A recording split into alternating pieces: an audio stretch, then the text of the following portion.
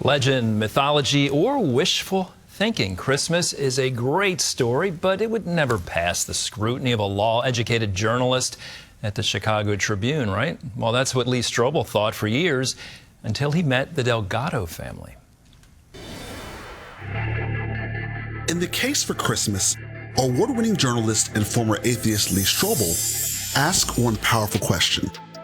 Who was really in the manger that first Christmas morning? Some say he was a teacher, a prophet, a great moral leader. Others believe he was the Son of God. Using his background as a legal journalist, Strobel investigates the evidence, archaeology, eyewitness accounts, and history itself to uncover the truth. He invites readers to look beyond the holiday traditions and discover the story that changed everything. All right, here's the book, The Case for Christmas, a small book, huge message, and we love when Lee Strobel joins us on the 700 Club. Lee, thanks for being with us today. Well, thank you, Andrew. It was a great honor to be with you again. What was your attitude towards Christmas when you were an atheist working as a journalist? Well, you know, I love the Christmas season. What's not to like? People give gifts. People are generally happy. There's a lot of parties and so forth. So even as an atheist, I enjoyed Christmas season until some Christian would try to tell me that it's actually based on the birth of Jesus. And then I would scoff at that and walk the other way. So I think there's a lot to like about the season. But the question is it really based on historic reality that the baby in the manger was indeed the unique Son of God? Early on in your book, pretty quickly hit the Delgado family. Why was this family so special and life-changing to you?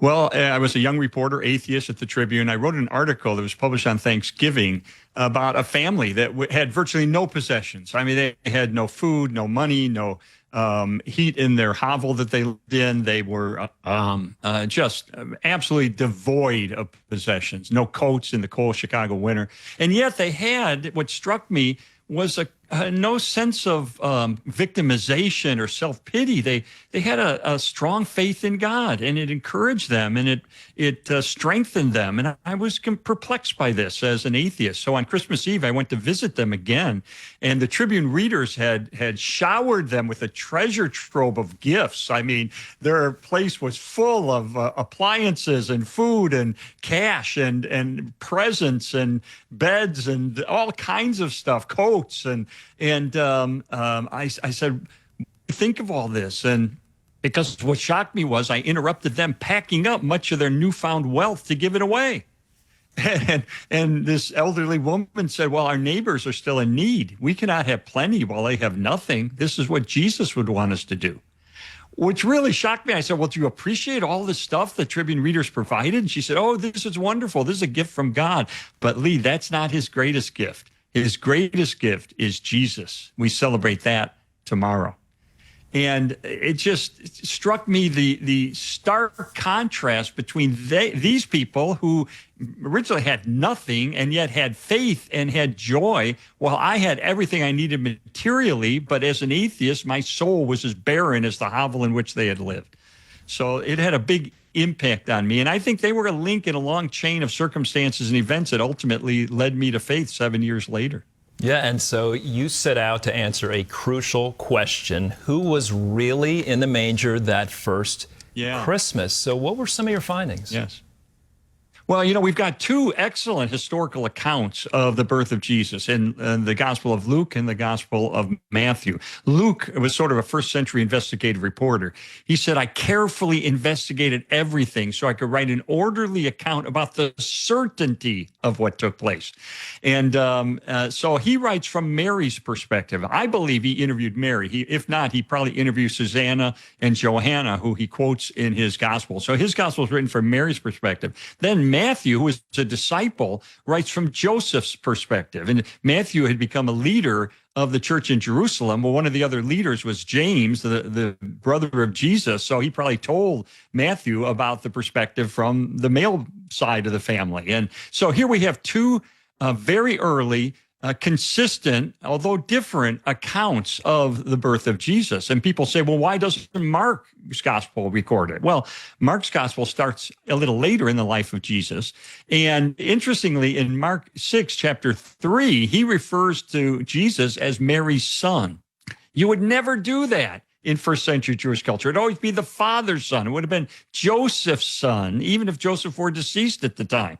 Why did he call Jesus Mary's son? Because it was kind of his wink to say, you know what, I know Joseph was not his biological father.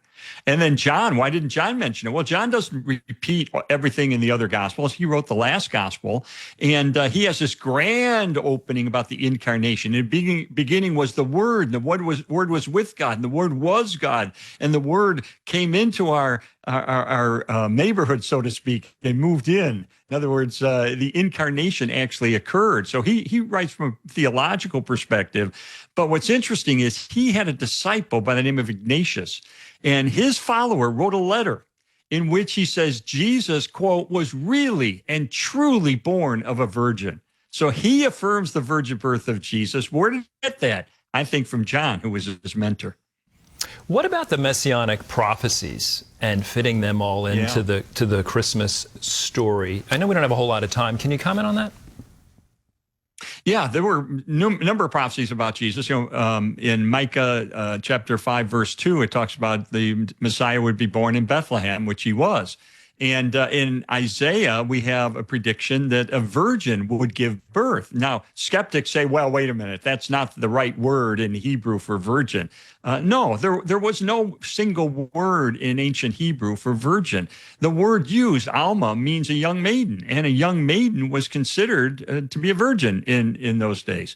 The word that a lot of skeptics say they should have used does not always refer to a virgin. So, yes, we have a prophecy about the virgin birth of Jesus that has double fulfillment for King Ahaz, who lived 700 years before Jesus, but also looking forward to the birth of the Messiah.